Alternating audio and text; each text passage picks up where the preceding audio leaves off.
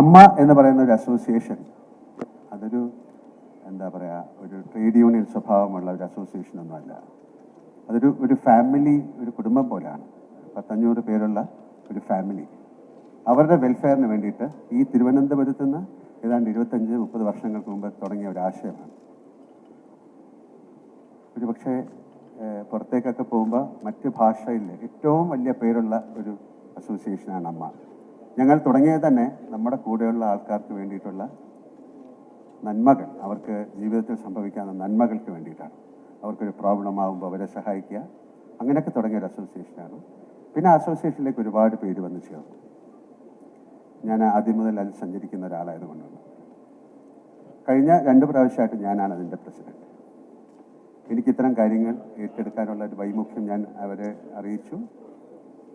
തീർച്ചയായിട്ടും അതിൻ്റെ ഒരു പ്രവർത്തനത്തിൻ്റെ ഭാഗമായിട്ട് ഞാൻ മുന്നോട്ട് പോകാമെന്ന് പറഞ്ഞാണ് ഞാൻ അതിൽ നിന്നത്.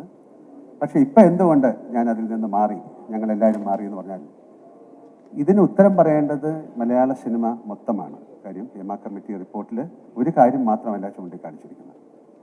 സിനിമയിലെ മറ്റ് പല ഭാഗങ്ങളിലുള്ള പല കാര്യങ്ങളും എന്തൊക്കെയാണെന്ന് നിങ്ങൾക്കറിയാം, എന്നെക്കാളും കൂടുതൽ. അപ്പോൾ ആ കാര്യങ്ങളിലേക്കൊക്കെ നമുക്ക് ഒരുമിച്ചാണ് മുന്നോട്ട് നീങ്ങേണ്ടത്. എന്തിനും ഏതിനും അമ്മ എന്ന് പറയുന്ന സംഘടനയുടെ ഒരു കമ്മിറ്റിയെ കുറ്റപ്പെടുത്തുന്നതായിട്ടാണ് ഞങ്ങൾ കണ്ടത്. അതിൽ തെറ്റുകളുണ്ടാകാം, അതിനെക്കുറിച്ച് നമുക്ക് പിന്നീട് സംസാരിക്കാം. അപ്പോൾ അങ്ങനെ ഒരു കാര്യം വന്നപ്പോൾ ഇത് എല്ലാവർക്കും തുറന്ന് സംസാരിക്കാനുള്ളൊരു വേദിയായി മാറണം. എല്ലാത്തിനും നമ്മളല്ലല്ലോ ആൻസർ ചെയ്യേണ്ടത്. ഒരു സംഭവം നടന്നാൽ അതിൽ അമ്മ എന്ന് പറയുന്ന സംഘടന അല്ല ആൻസർ ചെയ്യേണ്ടത്. അപ്പോൾ അതിലേക്ക് ഏറ്റവും കൂടുതൽ ശരങ്ങൾ വരുന്നത് എന്നിലേക്കും എൻ്റെ കൂടെ ഉള്ള ബാക്കിയുള്ള ആൾക്കാരിലേക്കാണ്. ഞാൻ ഞങ്ങളുടെ അഡ്വക്കേറ്റ്സും അതിലെ സിനിമയിലെ തലമൂത്ത ആൾക്കാരുമായിട്ടും അതിൻ്റെ ബാക്കി മേഖലകളിൽ പ്രവർത്തിക്കുന്ന എല്ലാവരുമായിട്ട് സംസാരിച്ചെടുത്തൊരു തീരുമാനമാണ്. അങ്ങനെയാണെങ്കിൽ ഞങ്ങൾ ഇതിൽ നിന്നിപ്പോൾ മാറി നിൽക്കാം. എന്നിട്ട് എന്ന് പറഞ്ഞാൽ അമ്മയുടെ പ്രവർത്തനങ്ങളൊന്നും നിർത്തിക്കൊണ്ടല്ല. ഞങ്ങൾക്ക് പെൻഷൻ കൊടുക്കാനുണ്ട്, ഞങ്ങൾക്ക് ഇൻഷുറൻസ് കൊടുക്കാനുണ്ട്, ഞങ്ങൾക്ക് വീട് പണി നടന്നിട്ടുണ്ട്, ചില കാര്യങ്ങൾ മുഴുവിപ്പിക്കാനുണ്ട്. അതിന് ഉപരി ഞങ്ങൾ വളരെ ചെറിയ ചില മെഡിക്കൽ ക്യാമ്പുകൾ സംഘടിപ്പിച്ചിരുന്നു, ഓണത്തിനുള്ള ചില പ്രോഗ്രാമുകൾ ചെയ്തിരുന്നു. അതെല്ലാം നിർത്തിവെച്ചുകൊണ്ടല്ല, അതിൻ്റെ എല്ലാ കാര്യങ്ങളും നടത്തിക്കാനായിട്ട് ഈ സംഘടനയിലുള്ള ഇപ്പോൾ ഉള്ള ആൾക്കാർ പ്രവർത്തിച്ചുകൊണ്ടിരിക്കുകയാണ്. അതിൽ നിന്ന് പൂർണ്ണമായി ഒഴിഞ്ഞു മാറിയില്ല. പക്ഷേ നമുക്കൊരു ഒരു പ്രസിഡന്റ് അല്ലെങ്കിൽ സെക്രട്ടറി അങ്ങനെയുള്ള ഒരു സ്ഥാനത്തും തുടരാൻ ആർക്കും അധികാരമില്ല. എല്ലാവരോടും ചോദിച്ചു, അവരുടെ അനുവാദം വാങ്ങിച്ചിട്ടാണ് ചെയ്തത്. അതൊരു ഗൂഗിൾ മീറ്റിലൂടെ ഞങ്ങൾ റിപ്പോർട്ട് ചെയ്തിട്ടുണ്ട്, നമ്മൾ മിനിറ്റ്സ് റെക്കോർഡ് ചെയ്തിട്ടുണ്ട്. ഞങ്ങൾ എന്താണ് ചെയ്യേണ്ടത്? മലയാള സിനിമയ്ക്ക് പെട്ടെന്ന് ഇതൊരു ഇൻഡസ്ട്രി തകർന്നു പോകുന്ന ഒരു കാര്യമാണ്. ഇത്രയും 10,000 കണക്കിന് ജോലി ചെയ്യുന്ന ആൾക്കാർ ജോലി ചെയ്യുന്നതാണ്. ഞാൻ എൻ്റെ ജീവിതം തുടങ്ങുന്നത് മദ്രാസിൽ നിന്നാണ്. അന്നൊന്നും ഒരു തരത്തിലുള്ള സൗകര്യങ്ങളുമില്ല. ആ സൗകര്യങ്ങളിൽ നിന്ന് പിന്നെ മലയാളം എൻറ്റിറ്റി വൈസ് ചെറിയൊരു സ്ഥലമാണ് കേരളം.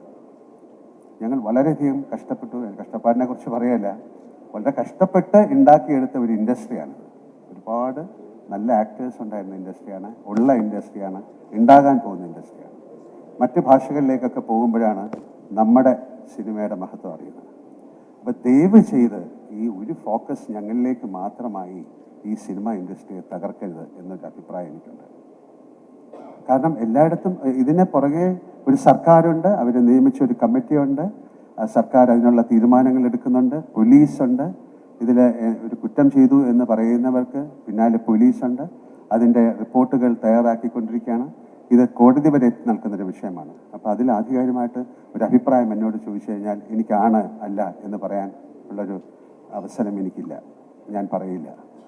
അപ്പോൾ എനിക്ക് പറയാനുള്ള, ദയവ് ചെയ്ത് നിങ്ങൾ ആലോചിക്കൂ, എത്രയോ 10,000 കണക്കിന് ജോലിക്കാരുള്ള ഒരു വലിയ സംഘടനയാണ് മലയാളം സിനിമ ഇൻഡസ്ട്രി. അത് മുന്നോട്ട് ചലിക്കണമെങ്കിൽ, അല്ലെങ്കിൽ ഇത് വളരെ നിശ്ചലമായി പോകും.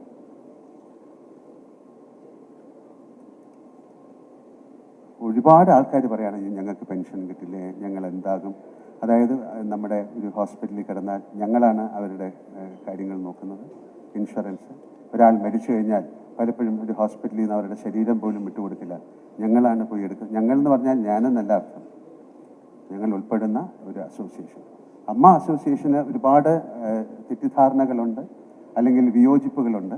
അതുകൊണ്ട് തന്നെയാണ് വീണ്ടും ഇമ്മീഡിയറ്റ് ആയിട്ട് നമുക്ക് ചെയ്യാൻ പറ്റുന്നത് എന്താണ്, എന്ന് പറഞ്ഞാൽ ഞാൻ അതിൻ്റെ പ്രസിഡൻ്റായിരുന്ന സമയത്ത് ഞങ്ങളെടുത്ത തീരുമാനങ്ങൾ നമുക്കിതിൽ നിന്ന് മാറി നിന്നുകൊണ്ട് ഒരുപാട് പേര് പറയുന്നു ഇങ്ങനെയല്ല ചെയ്യേണ്ടത്, ഇങ്ങനെയാണ് ചെയ്യേണ്ടത്, അത് ചെയ്തത് ശരിയായില്ല. അവർ വരട്ടെ മുന്നോട്ട്, ഒരു ഇലക്ഷൻ വയ്ക്കാം, ഒരു ജനറൽ ബോഡി വിളിക്കാം, അതിൽ ആർക്ക് വേണമെങ്കിലും ഏത് സ്ഥാനത്തേക്ക് മത്സരിക്കാം.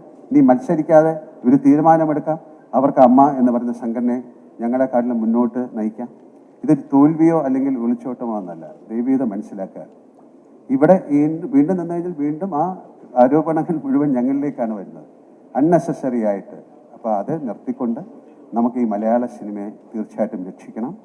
എന്താണ് അതിലോട്ടുള്ള കാരണം? ഹിമ കമ്മിറ്റി റിപ്പോർട്ടിൽ ഒരുപാട് പോസിബിലിറ്റീസാണ് അവർ പറയുന്നത്.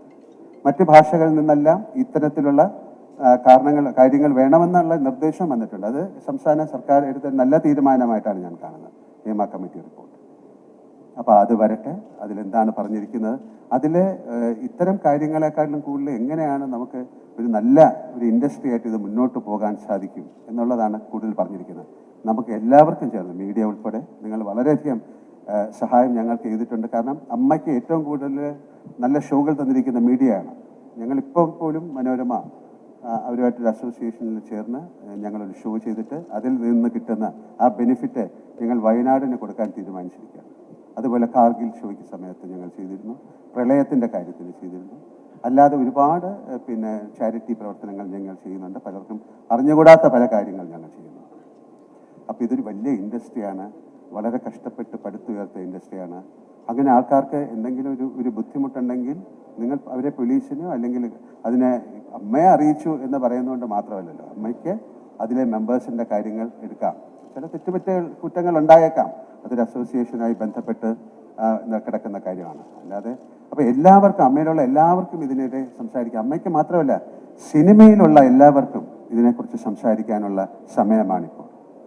കാര്യം ഒരാൾ മാത്രം ക്രൂശിക്കപ്പെടുക അല്ലെങ്കിൽ ഒരു സംഘടന മാത്രം ക്രൂശിക്കപ്പെടുക എന്ന് പറയുന്നത് ശരിയല്ല. ഒരുപാട് സംഘടനകളുള്ള ഒരു വലിയ ബൃഹത്തായ ഒരു ഇൻഡസ്ട്രിയാണ് സിനിമ. നമുക്ക് മറ്റ് ഭാഷകളിൽ നിന്നൊക്കെ നമ്മളെ വിളിച്ച് ചോദിക്കുന്നുണ്ട് ഞങ്ങൾ എന്താണ് ചെയ്യേണ്ടത്. അപ്പോൾ നിങ്ങളൊരു കമ്മിറ്റി അതുപോലെ തുടങ്ങാനാണ് പറഞ്ഞത്. ഒരുപാട് പേർക്കുള്ള പ്രോബ്ലം ഇവിടെ നിന്ന് തുടങ്ങട്ടെ, കേരളത്തിൽ നിന്ന് ഒരു വലിയ മൂവ്മെൻ്റ് ആയിട്ട് ഇത് മാറട്ടെ. ഇത് എല്ലാ മേഖലയിലും വരണം എന്നാണ് ഞാൻ ആഗ്രഹിക്കുന്നത്. ഇത് സിനിമയിൽ മാത്രമല്ല, എല്ലാ മേഖലകളിലും ഇതുപോലുള്ള ഒരു കമ്മിറ്റി, ഒരു പഠനം ഉണ്ടാകാം. അല്ലെങ്കിൽ മറ്റ് മേഖലകളിലേക്ക് ഈ കമ്മിറ്റിയുടെ ഈ റിപ്പോർട്ട് ഒരു പഠന വിഷയമാകട്ടെ. അതിന് ഏറ്റവും സ്വാഗതാർഹമാണ്. എല്ലാവർക്കും കറക്റ്റായിട്ടുള്ള റൈറ്റായിട്ടുള്ള നിയമം കിട്ടുമെന്ന് ആഗ്രഹിക്കുന്ന ഒരാളാണ് ഞാൻ. പിന്നെ നമ്മളൊരാൾ വിചാരിച്ചാൽ ആ നിയമത്തിനെ മാറ്റാനൊന്നും പറ്റില്ല. ഒരാൾക്ക് വേണ്ടി അങ്ങനെ സപ്പോർട്ട് ചെയ്യാൻ പറ്റും. പ്രോപ്പറായ തെളിവുകളും കാര്യങ്ങളും ഉണ്ടെങ്കിൽ അങ്ങനെ ഒരു കുറ്റം ചെയ്തിട്ടുള്ള ആളുകൾ ശിക്ഷിക്കപ്പെടണം എന്ന് തന്നെയാണ് എൻ്റെ അഭിപ്രായം. മലയാള സിനിമയുടെ എല്ലാ അഭിപ്രായം അങ്ങനെ ആയിരിക്കുമെന്ന് ഞാൻ വിശ്വസിക്കുന്നു. കാര്യം അതിന് ആരും ഒരു എതിരഭിപ്രായം പറയാൻ താല്പര്യപ്പെടില്ല. ഇതാണ് എനിക്ക് നിങ്ങളോട് പറയാനുള്ളത്. ദയവ് ചെയ്ത് നിങ്ങൾ എല്ലാവരും കൂടെ സഹകരിച്ച് ഈ ഒരു ക്രൈസിസിനെ, നമുക്കിപ്പം ഇതിനു മുമ്പ് എന്താണ് നടന്നത്, വളരെ ഇന്ത്യ കാണാത്ത ഒരു വലിയ ദുരന്തമാണ് നടന്നിരുന്നത്, ഒരു ഉരുൾപൊട്ടൽ. പക്ഷെ അതിനെയൊക്കെ നമ്മൾ അതിജീവിച്ചു. പ്രളയം, അതൊക്കെ അതിജീവിച്ചു. നിരപരാധിയായ പ്രളയം ഒരുപാട് പേര് അതിനൊഴിച്ച് പോയിട്ടുണ്ടാകും. പക്ഷെ അതൊക്കെ മറന്നുകൊണ്ട് നമുക്കിതിനെ റീകൺസ്ട്രക്ട് ചെയ്തെടുക്കണം. കാര്യം ഈ ഒരു വലിയ ഇൻഡസ്ട്രി തകർന്നു പോയാൽ പക്ഷെ നിങ്ങൾക്ക് എല്ലാവർക്കും സ്നേഹമുള്ള ഒരുപാട് പേര് നിസ്സഹായരായി നോക്കി നിൽക്കേണ്ടി വരും. അത് വളരെ പാവപ്പെട്ട ആൾക്കാരുണ്ട്, അതിൽ സിനിമയിൽ അഭിനയിക്കുന്നവരുണ്ട്, അഭിനയിക്കാത്തവരുണ്ട്. പിന്നെ ഇത്തരം ആളുകൾക്കുള്ള എങ്ങനെയാണ് ഇവർക്കൊക്കെ ഇപ്പോൾ ഒരു ജൂനിയർ ആർട്ടിസ്റ്റ് എന്ന് പറയുന്നവർക്ക് ഒരു അസോസിയേഷൻ ഉണ്ടാകണം. കാര്യം നമ്മൾ പലപ്പോഴും പോകുമ്പോൾ അതൊരു ഏജൻസിയാണ്, അവരാണ് നമുക്ക് അവരെ ആൾക്കാരെ കൊണ്ടുവരുന്നത്. അപ്പോൾ അവരുടെ കാര്യങ്ങൾ നോക്കണം. എന്തെങ്കിലും കംപ്ലൈൻറ്റ് ഉണ്ടെങ്കിൽ അവർക്ക് കൊടുക്കണം. അപ്പോൾ ഇതിനൊരു നിയമ നിർമ്മാണം ഉണ്ടാക്കാൻ മലയാള സിനിമയിൽ ആക്ടേഴ്സ് എന്ന് പറയുന്നത് 50 പേരുണ്ടെങ്കിൽ എല്ലാവരും വളരെ വളരെ സെൻറ്റിമെൻ്റലാണ്, പെട്ടെന്ന് എക്സൈറ്റഡ് ആയിരുന്ന ആൾക്കാരാണ്. അവർക്ക് ഇങ്ങനെയുള്ള കാര്യങ്ങൾ പെട്ടെന്ന് അതിൽ തളർന്നു പോകുന്ന ആൾക്കാരാണ്. അപ്പോൾ അവരെ തളർത്താതെ ദയവ് ചെയ്ത് എങ്ങോട്ടേക്കാണെന്ന് പറയാൻ എനിക്ക് ബുദ്ധിമുട്ടാണ്. കാരണം വളരെയധികം സങ്കടം